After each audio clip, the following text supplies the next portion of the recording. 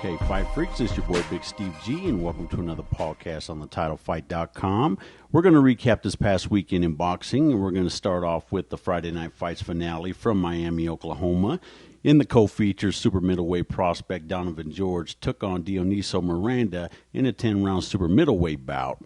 George was supposed to face Canadian Adonis Stevenson. However, Stevenson injured his left hand 10 days prior to the bout. Therefore, Miranda was slated as a replacement, and the bout was moved from the main event to the co-feature.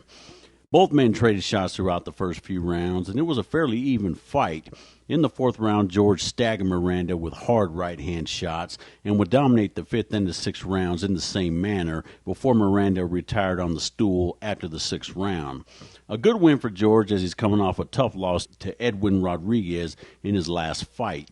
In the main event, tough junior middleweight contender Carlos Molina returned to action since his heartbreaking disqualification loss to James Kirkland this past spring.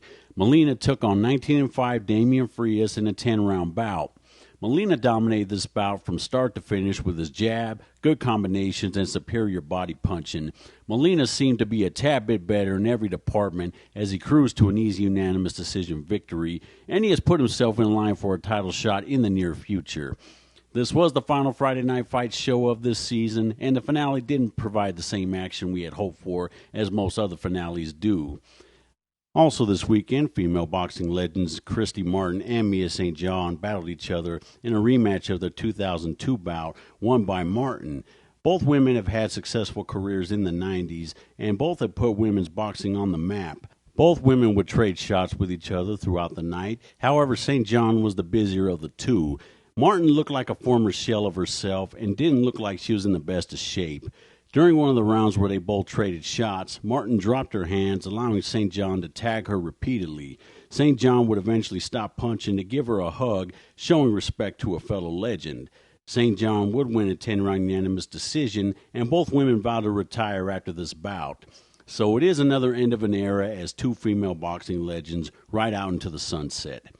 Well, you've all heard of 50 Cent starting his own promotional company, TMT, and he's already signed two top fighters in both Andre Dirrell and Yuriorkis Gamboa.